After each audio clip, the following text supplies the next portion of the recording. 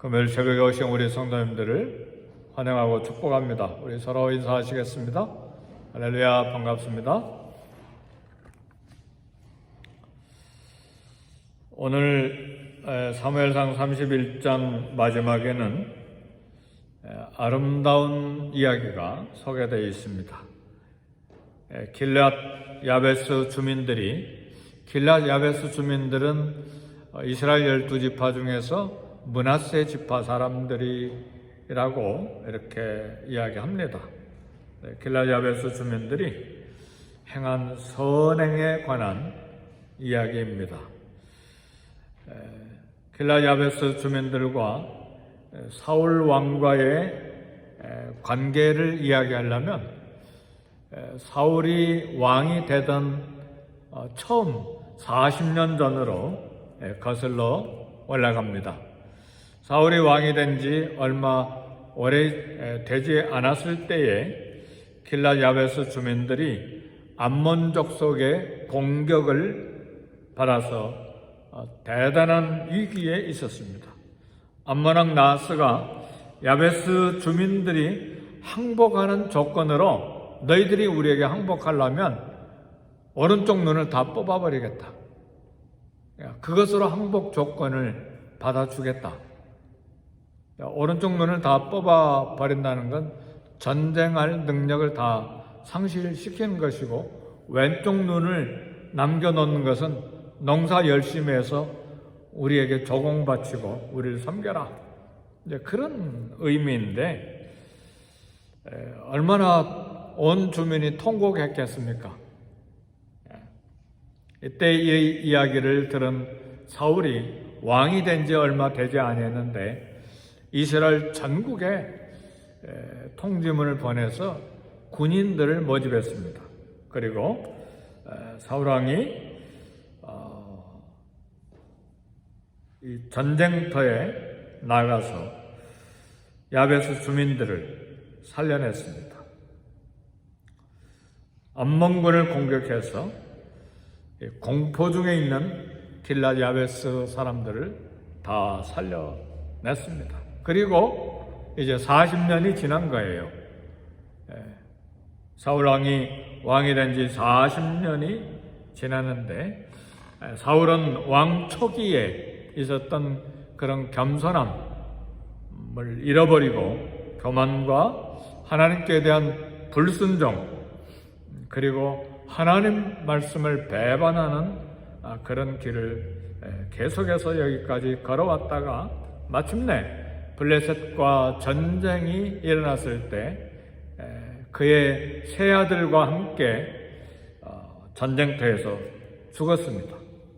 근데 전쟁터에서 죽은 이 사울 왕과 세 아들들, 블레셋 사람들이 벳산이라고 하는 블레셋 지역 성벽에다가 이렇게 다 못을 박아서 걸어놨습니다. 그렇게 해서 구경거리가 됐습니다.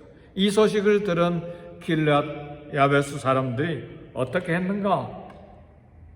40년 전 자기들이 받았던 은혜를 잊지 않고 해야 될 일을 찾았는데, 모든 어려움을 이기고 밤에 그 먼 블레셋 땅까지 달려가서 사울과 아들들의 시체를 찾아와서 이렇게 화장을 한 것 같아요. 화장을 해서 에셀나무 아래 장사하고 그 뼈를 가져다가 다 이제 장사를 지냈습니다. 그리고 7일 동안 금식을 했습니다. 벳산은 블레셋이 통치하는 지역이기 때문에 블레셋 사람들이 있는 그곳까지 가려면 죽음을 각오해야 했습니다. 오늘 말씀 보니까 밤새도록 달려갔다고 했습니다. 그리고 이제는 정치 판도가 다 달라졌어요. 왕이 될 사람은 다윗밖에 없습니다. 평생에 다윗을 죽이려고 쫓아다녔던 사울을 돕는다면 길르앗 야베스 사람들이 정치적으로 대단히 불리하고 위험할 수도 있는 그런 상황이죠. 그렇죠? 지금 러시아를 돕겠어요? 우크라이나를 돕겠어요? 문재인 전 대통령을 돕겠어요? 윤석열 새 대통령을 돕겠어요? 그러니까 정치적인 판도가 달랐음에도 불구하고 목숨을 걸고 가서 시체들을 찾아다가 은혜를 베풀어서 장사를 했습니다. 한 번 받은 은혜, 잊지 아니하는 아름다운 마음. 하나님이 사랑하십니다. 할렐루야. 우리는 받은 은혜는 새까맣게 다 까먹어버리고 베푼 은혜만 새록새록 생각하죠. 그러지 않아요? 그래서 받은 은혜는 완전히 다 까먹어버리고 생각도 안 하고 고마운 마음도 없는데, 우리가 베푼 조그만 것도 베푼 것 기억하고 언제 은혜 갚지 않나? 그런 약함이 우리에게 있습니다. 이 길르앗 야베스 사람들 받은 은혜 40년이 지났는데도 잊지 않고 기억했어요. 사울 덕분에 온 주민이 목숨을 건져을 받은 은혜, 하나님의 은혜, 또 사울 왕의 은혜, 또 우리는 보답하고 기억하는 그런 믿음이 있어야 됩니다. 그런데 다윗의 놀라운 그런 칭찬과 축복의 기도가 있습니다.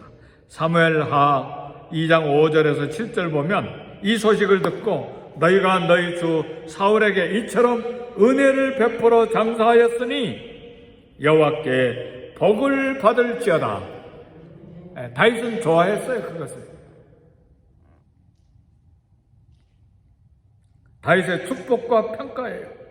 이제 여호와께서 은혜와 진리로 너에게 갚으시리니 나도 이 선한 일에 대해서 너에게 갚아주겠다. 다윗의 위대한 그런 왕의 리더십임과 동시에 그렇게 선을 행한 길르앗 야베스 사람들의 그런 은혜를 보답하는 것에 대한 감사한 마음을 표한 것입니다. 은혜 보답할 때 하나님이 보답하십니다. 우리가 갚아야 될 은혜, 우리의 삶에 헤아릴 수 없도록 많습니다.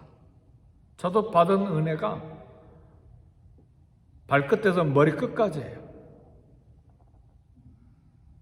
부모님의 은혜로부터 시작해서 여기까지 하나님의 은혜가 골목골목, 길목길목 가득하게 쌓여 있어요. 그것만 하루 종일 쓴다고 해도 공책이 여러 권 될 거예요. 하나님의 은혜로 오늘 저와 여러분들이 여기까지 왔습니다. 여러분이 배를 타고 왔던, 비행기를 타고 왔던, 아니면 어디를 통해서 미국에 도착했던, 미국에 입국 비자를 받았던 첫날을 한번 생각해 보세요. 옛날에는 영주권도 쉽게 줬다며요. 어떻게 되는지 잘 모르지만 하여튼 미국에 오기를 얼마나 기도했습니까? 그리고 여기까지 왔어요. 그리고 하나님의 은혜로 생존해 있습니다.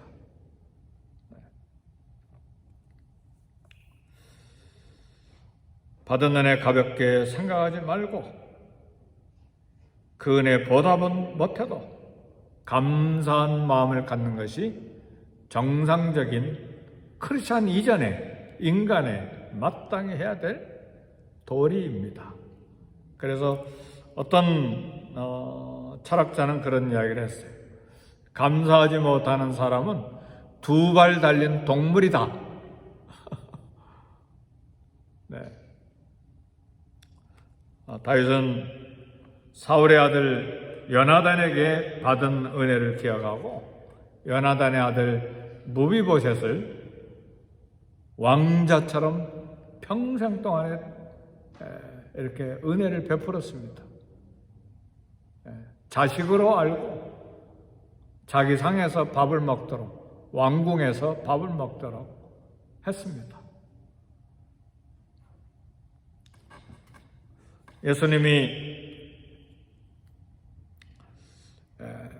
사마리아와 갈릴리 사이로 지나가시면서 한 마을에 들어가셨는데 갑자기 나병 환자 10명이 예수님 오신다는 소식을 듣고 불쌍히 여겨달라고 청구했을 때 예수님이 나병 환자의 질병을 다 고쳐주셨습니다.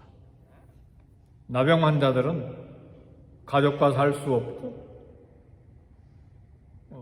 분리돼서 살아야 되고 썩은 냄새가 몸에서 나는 것이고 평생에 얻어먹어야 되는 것이고 저주받은 인생입니다. 죽지 못해서 사는 인생이 나병 환자들이죠.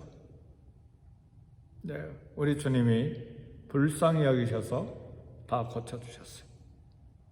근데 제사장에게 가서 몸을 보이라고 할 때 가는 동안에 병이 나은 것을 10명이 깨달았어요. 근데 그 10명 중에 한 명이 사마리아 사람인데, 유대인이 아니에요. 사마리아 사람인데 병이 나은 것을 깨닫고 주님께 돌아와서 감사했어요. 우리 주님이 나음을 입은 자가 10명인데 9은 어디 있느냐? 그리고 그 다음에 하신 말씀이 굉장히 중요해요. 일어나 가라. 내 믿음이 너를 구원했다. 9명은 병에서는 고침을 받았지만 구원받지 못했어요. 병만 고침 받은 거예요. 근데 사마리아 사람은 믿음이 있었다. 예수 그리스도로 메시아로 믿는 믿음이 있었어요. 그리고 감사했어요. 우리 주님이 말씀하시기를 내 믿음이 너를 구원했다. 그러니까 그 감사를 믿음으로 구원받는 믿음으로 인정하신 거예요. 그래서 내 믿음이 너를 구원했다. 감사는 구원받은 자가 하는 것입니다. 그리고 믿음이요, 믿음의 행위요, 구원받은 믿음의 그런 고백입니다. 시편 136편 1절 2절 보니까 여호와께 감사하라.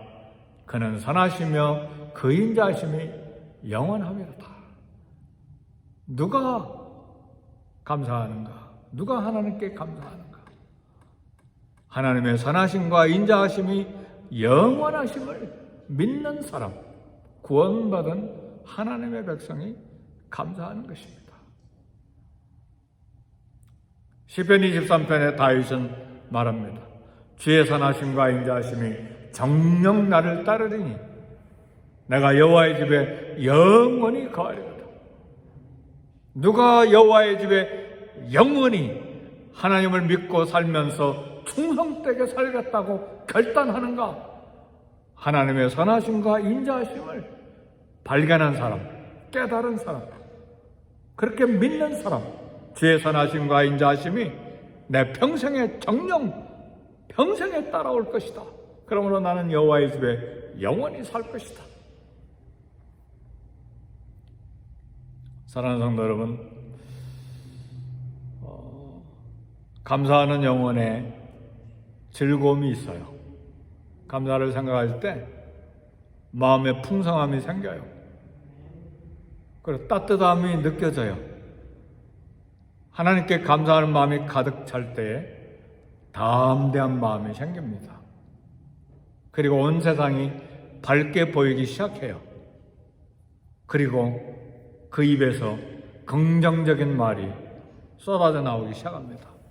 근데 불평과 원망하기 시작하면 세상이 어두워져요. 그리고 사람들이 미워져요. 그리고 어떻게 하면 공격할까 하는 생각이 들어요. 네, 감사하는 마음이 가득 차면 어떻게 보답할까 하는 마음이 생겨요. 할렐루야. 그래서 감사가 가득 차면 사람에게도 보답하는 마음, 하나님께도 보답하는 마음 때문에 그 은혜를 보답하는 마음으로 평생을 사는 거예요.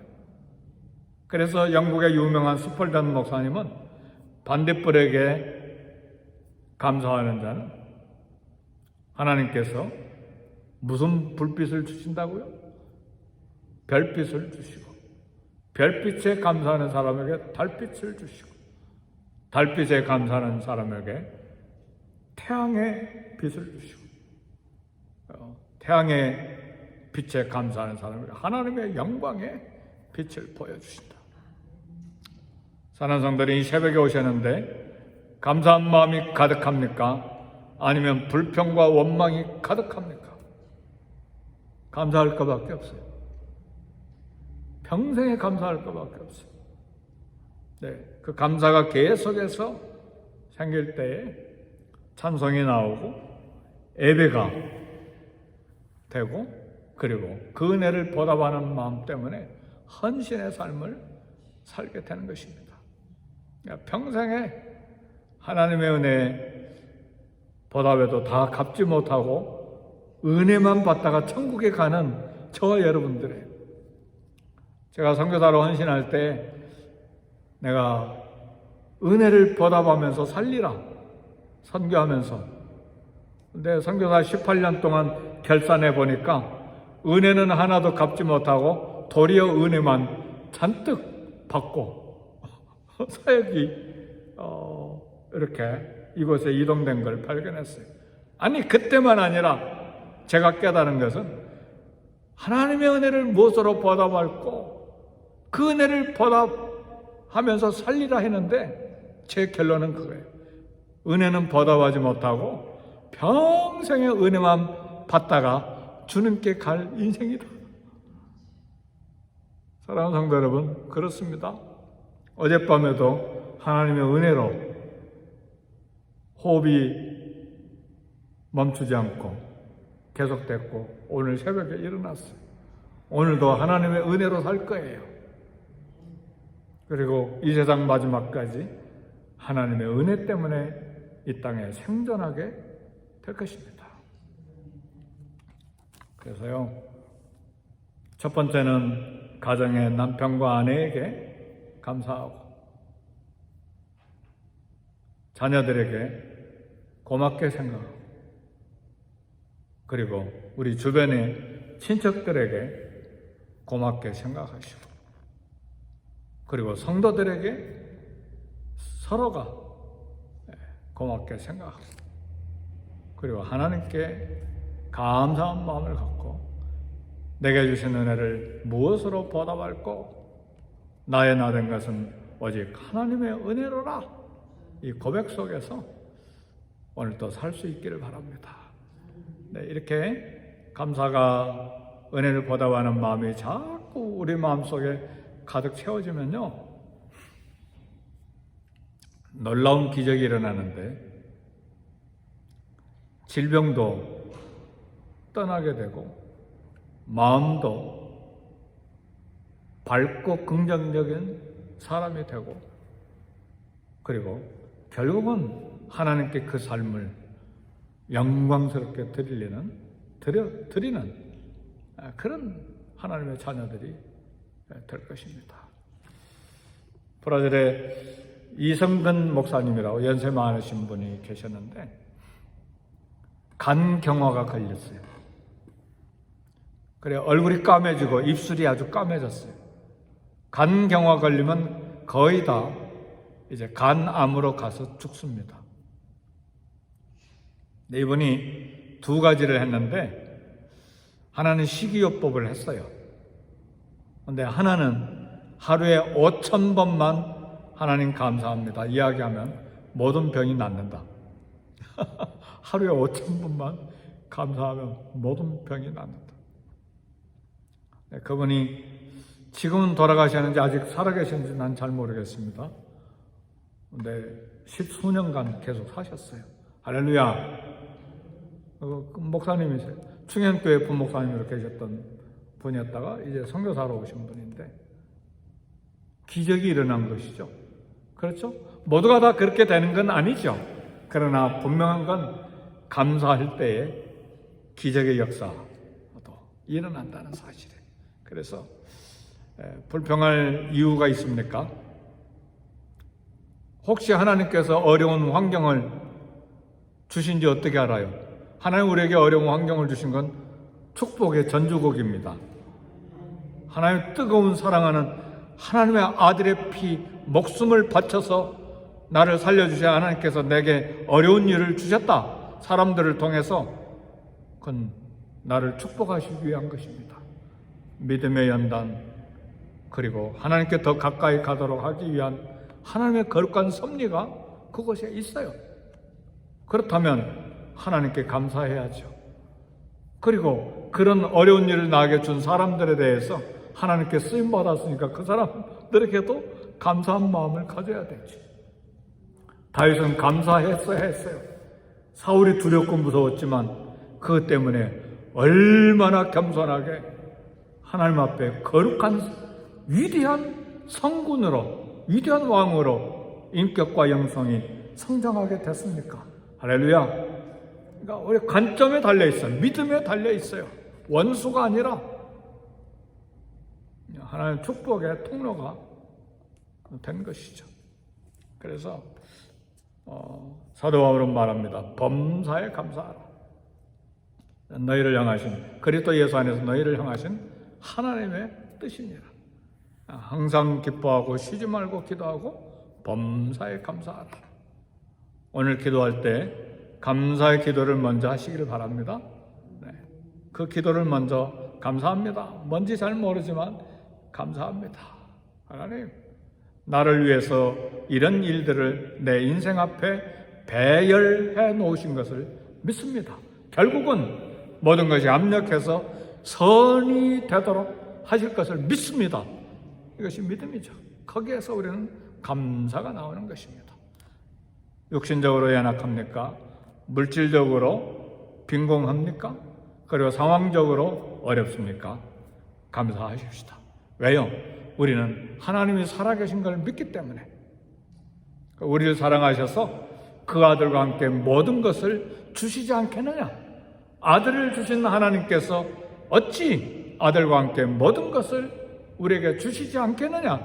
로마서 8장에 있는 말씀입니다. 주십니다. 감사함으로 이 시간 우리 함께 기도하겠습니다. 다 같이 기도하겠습니다.